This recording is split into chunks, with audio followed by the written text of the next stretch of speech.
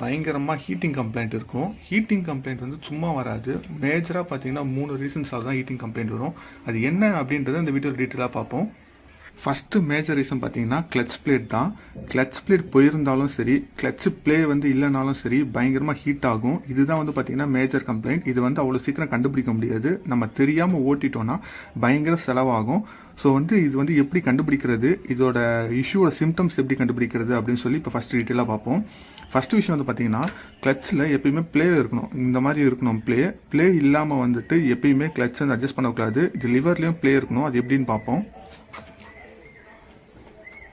இப்படி பார்த்தீங்கன்னா ஷேக் பண்ணி பார்த்தீங்கன்னா இந்த அளவுக்கு ப்ளே இருந்தால் மட்டும்தான் கிளச்சு கரெக்டாக இருக்குன்னு அர்த்தம்.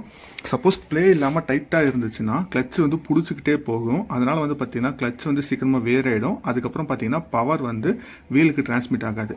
ஸோ இந்த டைமில் பார்த்தீங்கன்னா இன்ஜின் மட்டும் சுற்றிக்கிட்டே இருக்கும். பட் ஆனால்